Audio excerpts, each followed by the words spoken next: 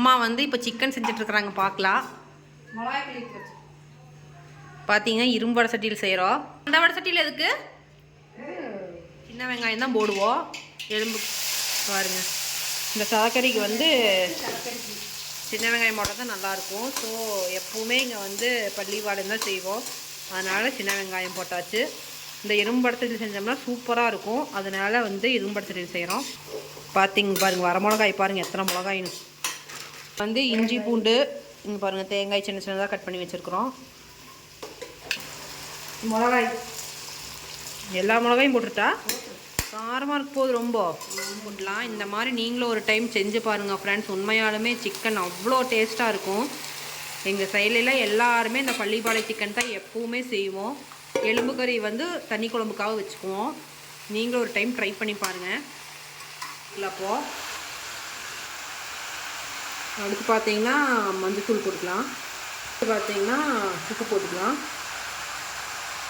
பார்த்தீங்கன்னா தேங்காய் போட்டாச்சு சில சரி, ஏன்னா இப்போவே போட்டால் தான் கொஞ்சம் நல்லா வெந்துடும். அதுவும் சிக்கன் பாருங்கள் எப்படி இருக்குது, பாக்கு மாதிரி இருக்குது, சூப்பராக இருக்குது பாருங்கள்.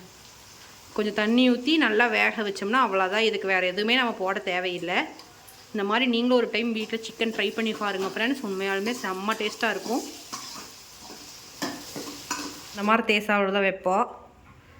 எண்ணெய் ஊற்றி கடுகு போட்டாச்சு. கருவேப்பிலை கொஞ்சம் வெங்காயம் எல்லாம் போட்டுக்கலாம். எலும்பு கறி கொட்டிடலாம். அப்போது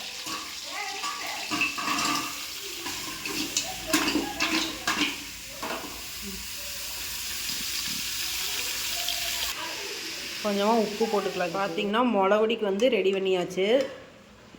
பாருங்கள், இந்த மாதிரி சின்ன வெங்காயமெல்லாம் நல்லா வணக்கி கருவேப்பிலை போட்டு நம்ம அரைச்சி வச்சுக்கிற மிளகுடி போட்டால் அவ்வளோதான். அம்மா பட்டையும் போட்டிருக்காங்க.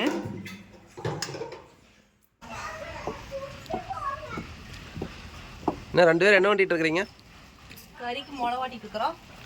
ஏன் மிக்ஸி கிரைண்டர்லாம் இருக்குது, இப்போ கையில் ஆட்டிட்டு இருக்கிறீங்க?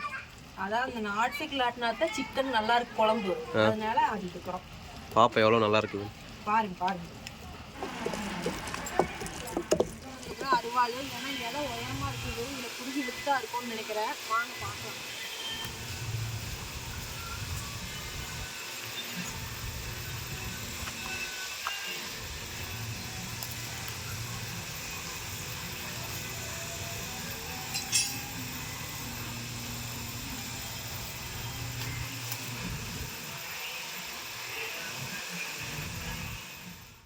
இந்த இலை பாருங்க எவ்வளோ அழகா இருக்குதுன்னு, பச்சை பசேன்னு நல்லா இருக்குது பார்க்கறதுக்கு. இதெல்லாம் சாப்பாடு போட்டு சாப்பிட்டா செம்மையா இருக்கு ஃப்ரெண்ட்ஸ். அப்படி உடஞ்சு போய் கட் பண்ணிக்கலாம். போலாமா? வா. ரொம்ப பாருங்க மிளவெல்லாம் உள்ளே ஊற்றிட்டாங்க. எவ்வளோ அழகாக இருக்குது பாருங்க. பொங்கி வந்து 4 குதி கொதிச்சுன்னா குழம்பு ரெடி ஆயிரும். சிக்கனும் பார்த்தீங்கன்னா நல்லா கொதிச்சுட்ருக்குதுன்னு தண்ணி சுண்டுன்னா அவ்வளோதான். நம்ம சிக்கன் தகன் ரெடி ஆயிருச்சு. இனி அப்படியே தலைவாழையை போட்டு சிக்கனை போட்டு அப்படியே சாப்பிட வேண்டியதுதான்.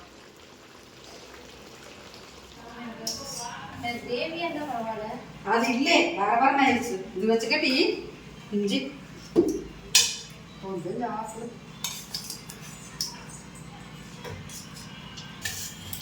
வாங்க ஃப்ரெண்ட்ஸ், நீங்களும் சாப்பிட்லாம். இந்த வீடியோ பிடிச்சிருச்சுன்னா லைக் பண்ணுங்கள், ஷேர் பண்ணுங்கள், கண்டிப்பாக சப்ஸ்கிரைப் பண்ணுங்கள். பாய்.